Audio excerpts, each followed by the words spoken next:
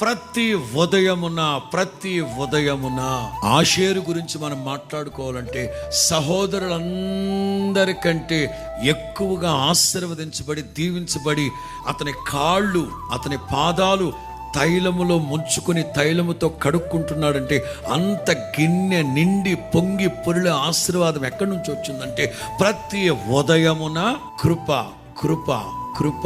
ఏ రోజు కారోజు ఉదయాన్నే లెగ్గానే ఒక 10 నిమిషాలు, ఒక పావు గంట అయినా సరే, ప్రభువా ఈ రోజంతా ఉల్లాసంగా ఉత్సాహంగా మీ సన్నిధిలో గడపడానికి కృప దయచేయి నాయనా, కృప దయచేయి నాయనా, కృప దయచేయి నాయనా.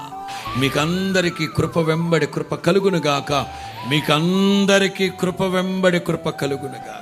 ఒక సేవకునిగా నా వంతు నేను మంచి మనస్సుతో నా దేవుని కృపను మీ మీద ఉచ్చరిస్తూ ఆశీర్వదిస్తుండగా నా దేవుడు కృప వెంబడి కృప మీకు అనుగ్రహించునుగాక.